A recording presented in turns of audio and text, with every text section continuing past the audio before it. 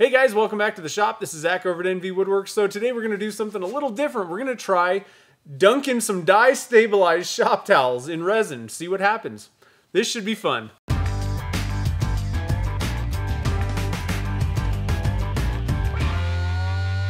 Well, alright guys, so dye stabilized shop towels.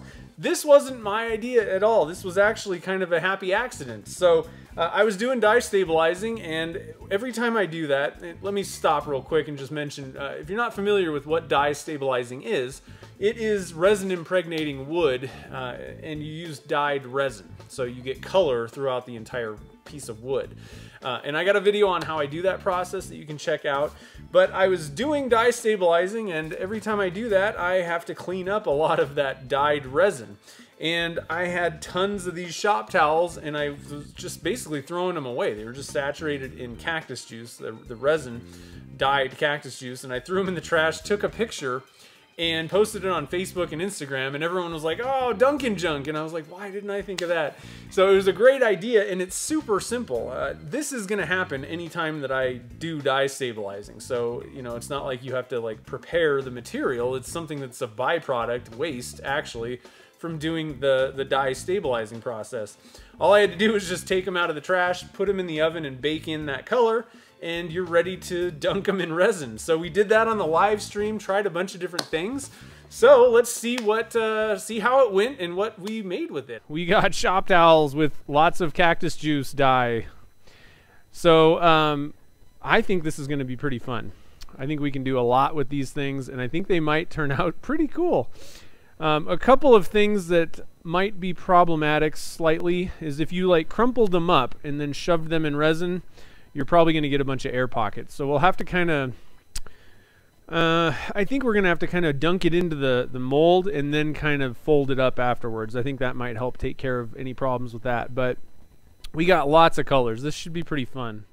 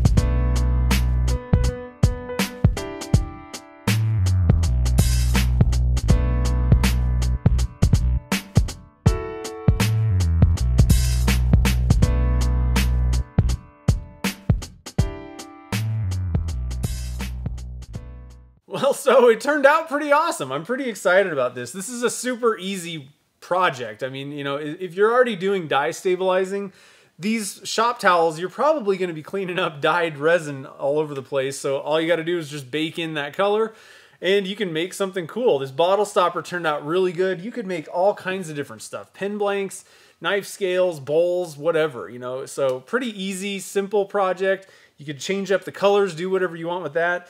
One thing that's really interesting that you don't see until you actually add the dye, or I guess liquid maybe is all you need.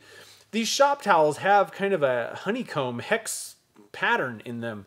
Must be something to do with the absorption, or I don't know, the way that they make them, but it adds a little bit of extra dimension, something kind of cool that you wouldn't have otherwise seen. So if you're new to the channel, we do all kinds of resin casting projects, tips and tricks, and experiments like this on my channel. So if you're interested in that, definitely hit that subscribe button.